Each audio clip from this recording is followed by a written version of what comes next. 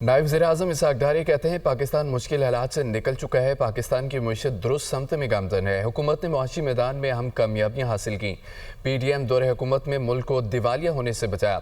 मुल्क मादनी वसाइल से माला माल है। पाकिस्तान में अरबों डॉलर के मादनी ज़खायर मौजूद हैं। पाकिस्तान को G20 ममालिक में शामिल करना हमारा हदफ है। वो इस्लामाबाद में तकरीब से खिताब कर रहे थे। आप भी सुनिए।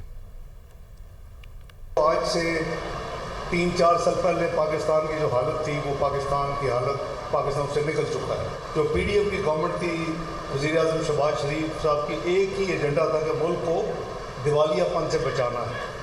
अल्हम्दुलिल्लाह वो बचा। और ये जो हुकूमत है इसमें मुआशी इशारे बिल्कुल ठीक हो चुके हैं। पाकिस्तान अब तरक्की की तरफ रवां दवा है। 47वीं मईशत से कोई 40-39 के करीब आ चुका है।